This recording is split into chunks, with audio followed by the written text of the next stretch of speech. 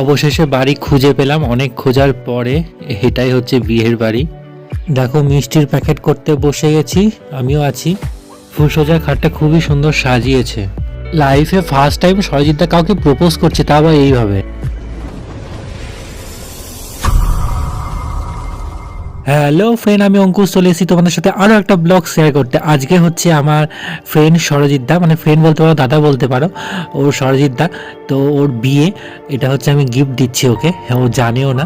তো ওর বিয়ে হুট করে ঠিক হয়েছে এক সপ্তাহের মধ্যে।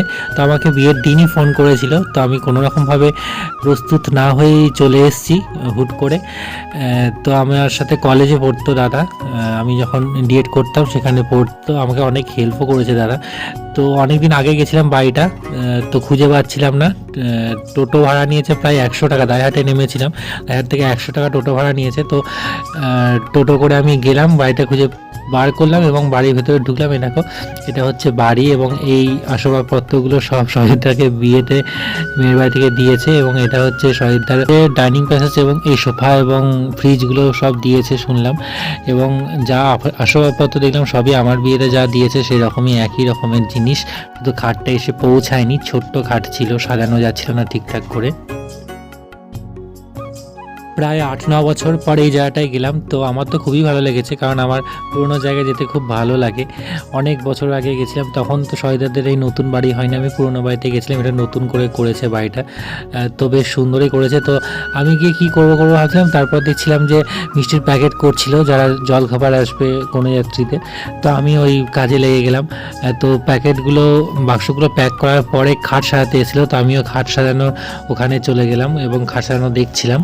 খাট সাজানোর এখানে শহীদকে দেখতে পেয়েছিলাম, তো শহীদের সাথে একটু কথা বলছিলাম এই ফাঁকে আর কি। এরপরে তো বাড়িতে অনেক লোকজন চলে আসবে, একটা ভিডিও করলাম শহীদের সাথে। এবং লোকজন চলে আসবে, আর কথা বলতে পারবো না, আবার হয়তো কবে কথা হবে যায় না অনুষ্ঠানের মধ্যে। তো দেখো, দেখতে দেখতে খাট সাজানো কমপ্লিট হয়ে গেল, আমি একটু ভিডিও করে নিলাম এখানে। তো সবই রেডি, এবার লোক আসতে লাগবে। আমরা এর ফাঁকে দেখলাম মিষ্টিগুলো পোড়া হয়নি, এটা হচ্ছে খাওয়ার জায়গা। তো এখানে রান্না বান্না হচ্ছে, খুব সুন্দর সাজিয়েছে, ডেকোরেশনটা খুব সুন্দর হয়েছে, বাইরেটা এরকম করেছিল। তো যেহেতু খাবার জায়গা, মানে মিষ্টিগুলো প্যাকেট করা হয়নি, তো আমরা এখন সেই প্যাকেটটা করতেই যাব সেখানে। এ দেখো, এটা খাটটা খুব সুন্দর সাজিয়েছে, কমপ্লিট পুরো। তো আমি চলে এসেছি, দেখো মিষ্টি প্যাক করতে, বাক্স আছে, মিষ্টিও প্যাক করছি, আমি গার্ডার নিয়ে চলে এসেছি। এই বাক্সগুলো সব প্যাক হবে, দেখো মিষ্টি প্যাক করে আমি একটু ভিডিও করে নিলাম। আমার কাজটা কমপ্লিট হয়ে গেছিলো। তারপরে দেখো কফি স্টল দিয়েছে, ফুচকা স্টল দিয়েছে, এবং আমি পুরোপুরি ফাইনালি রেডি হয়ে গেছি, দেখতে পাচ্ছ।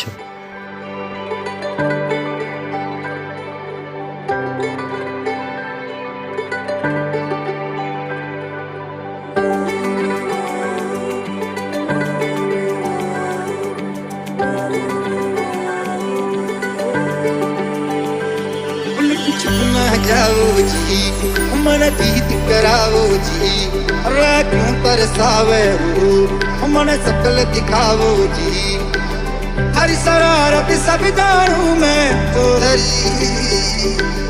हर चले उन बंगा जी मैं कह लगे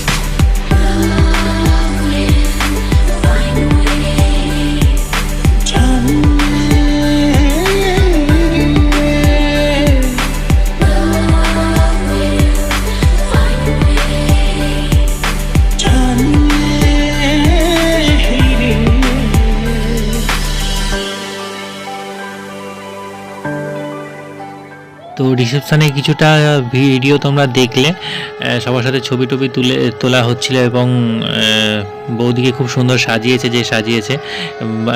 তো এরপর কনেযাত্রী ঢুকেছে, এ দেখো কনেযাত্রী সব তত্ত্ব নিয়ে এসছে। ছবি তোলার পর্ব চলছে, তো তারই মধ্যে আমি আর কি একটু ফুচকা টুচকা খেয়ে নিলাম এবং চারিপাশটা একটু ভিডিও করলাম। আবার কবে আসবো জানি না।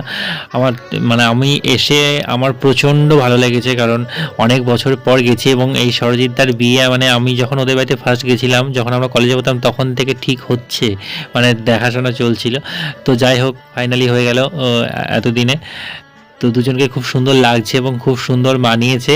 এবং সবচেয়ে বড় কথা, যে সরজিতের ছবি তুলতো না, আমি কলেজে ওকে দিয়ে ছবি তোলাতে পারতাম না, জোর করে করে ছবি তোলাতাম আর কি।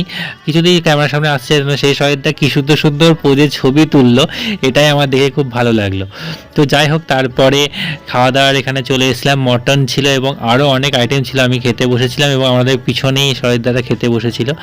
তো তার জন্য আমি ভিডিও করতে পারিনি, কারণ খাচ্ছিলাম, ভিডিও একসাথে করা যায় না জানো তোমরা। তো তারপরে আবার ফুলসজ্জার একটা রিচুয়ালস ছিল, এখানে কিছু মিষ্টি এবং খইটই ছিল। তো রাতে আমি আর ওই আইটেমগুলো মানে ওই ভিডিওগুলো করতে পারিনি, আমি শুয়ে পড়েছিলাম। তো এই ছিল সরজিৎদার বিয়ের ভিডিও, মানে রিসেপশনের ভিডিও। আমি অনেক ভোরবেলা 5টার সময় উঠেছিলাম এবং 5:30টার মধ্যে বেরিয়েছিলাম অন্ধকার থাকতে থাকতে, এবং কারণ আমার খুব তাড়াহুড়ো ছিল বাড়িতে আসার। তো সরজিৎদাকে জানাই বিবাহিত জীবন সুখের হোক এবং সুন্দর হোক, এই কামনা কইল। তো আজকের মতো টাটা, আবার নেক্সটে দেখা হচ্ছে।